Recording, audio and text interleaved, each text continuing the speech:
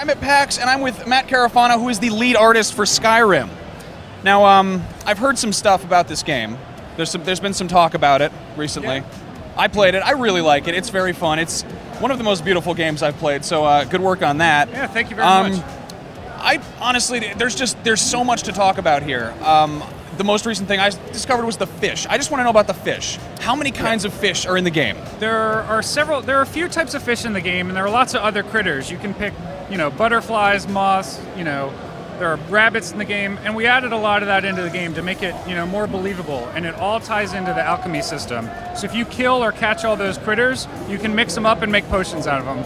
Oh, I had no idea there was actually a purpose to go around killing butterflies with arrows, because I was doing that. Well, that's fun too. Okay, no one wants to hear about the fish. I'm an idiot.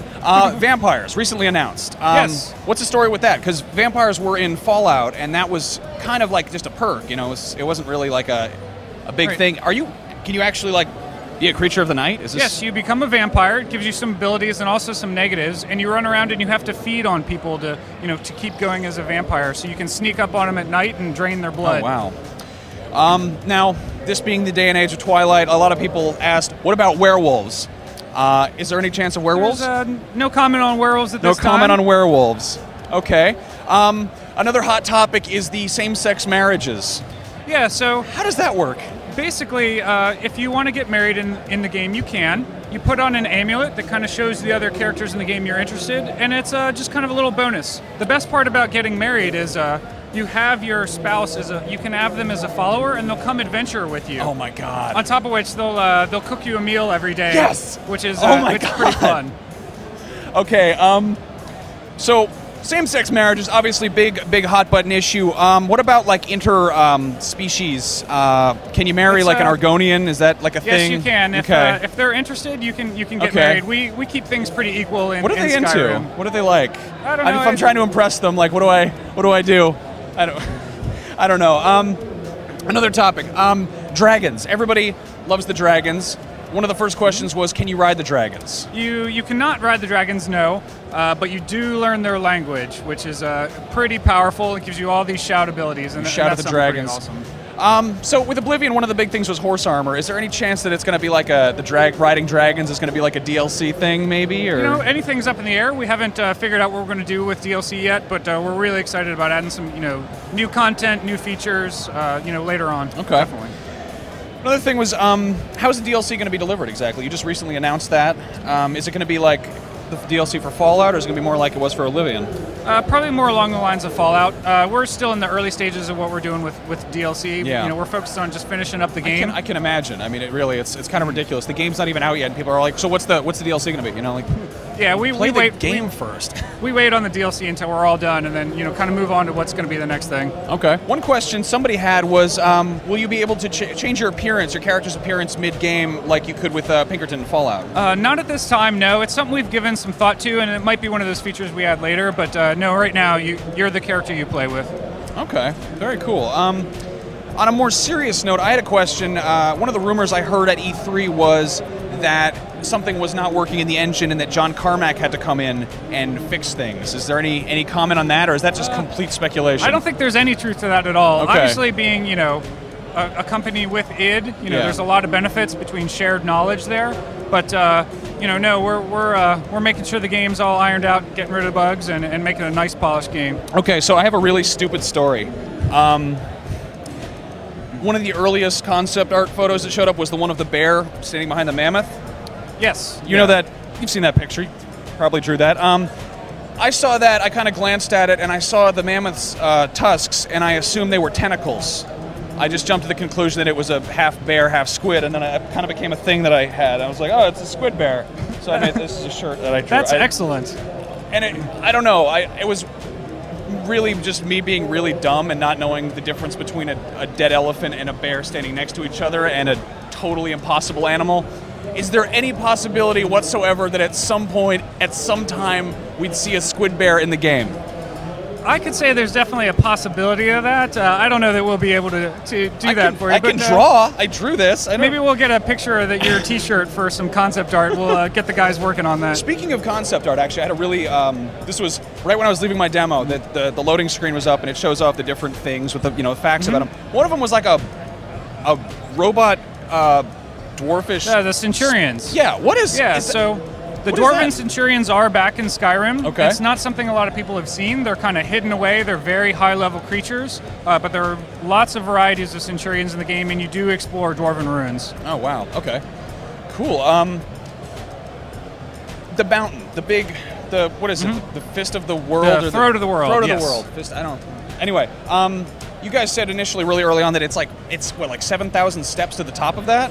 Yeah, it's in lore, it is a pilgrim's path to meet the Greybeards, who are these wise masters of the voice who live at the top of the Throat of the World in a temple called High Hrothgar. And you as the player make that pilgrimage up the 7,000 steps to meet them and gain their knowledge. About how long does it take to walk up there? It's a good trek.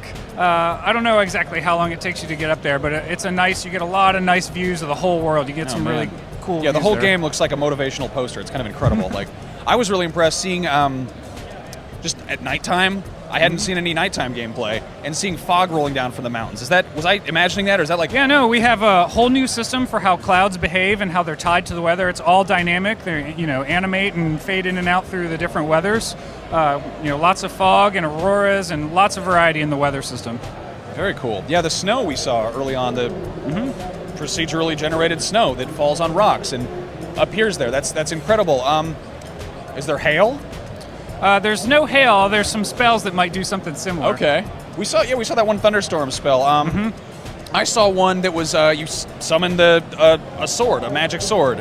How many spells are there in the game? Like, do we have a number on that?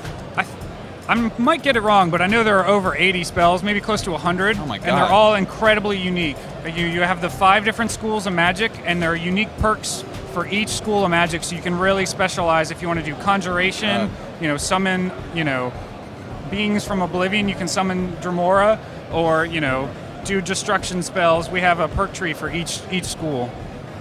Wow. How big is it, scale-wise? So the landmass is actually about the same size as Oblivion, but we crammed way more content into it. There are more dungeons, more locations to find, much more quests. There's just a ton more content in the world. Okay, but is there a do you have a number for that? I don't know the exact scale. Okay. I have to look it up and get back to you, but it's about the size of Oblivion. Okay. When you play, how do you play? Well, I actually try to mix it up a lot, and I found it's really fun to try out each of the character classes and see what's different about them. Lately, I've been playing a thief and using the marksman skill and stealth to sneak around and get kill shots on people, and you get extra damage if you sneak up behind them. That's a really fun way to play. It's very, very, very fun. Is there a level cap in the game? So there is sort of a theoretical level cap. We don't actually know the exact level. It's basically when all your skills max out at 100, you've hit the max level. And then the content is leveled to about level 50, but you can go further than that and get some extra perks and keep developing your character. Okay. One question that someone asked, it's a good one, is there are like new mods that have shown up every day for Morrowind. People are still working on that, and Oblivion's kind of slowed down a little bit. What are the modding possibilities for Skyrim? It's going to be all the same. We're really excited about our modding community and fans who make tons of great content for the game. Yeah. So we'll be releasing the editor and get everybody going on that and making some really cool stuff. You mentioned the thief, and I had actually this is a personal favorite of Mr. Jim Sterling, one of our Destructoids guys. His wife plays the thief, and in Oblivion she had a problem when she tried to sell stolen goods. The merchants would just kind of clairvoyantly know that they were stolen. And then she'd have to go find a fence to, sell her stolen goods. And aside from not living a life of crime, how does this work in Skyrim? Well, the crime system's a little bit different. The Skyrim is divided up into 9 holds, which are like counties, and each of those holds has its own, crime. So you can be wanted in one hold, but not in another. So they won't know that you've committed crimes over in this one city. So you can get away with stuff and then, get away. Also, we're a little bit a little bit easier on the player for when you accidentally steal some food. It's kind of up to each NPC how much they like you, what they're going to let you get away with. Somebody got really mad because I killed his chicken with a mace. Yeah, that didn't go over so hot. That doesn't make farmers happy, and they'll probably attack you if you start killing their livestock. I'm a jerk. I think most importantly, you made a really good game. So I think people want to, thank you guys for that. And everyone's really excited about it. So thanks so much for your time. And thank you very much. Yeah, Skyrim.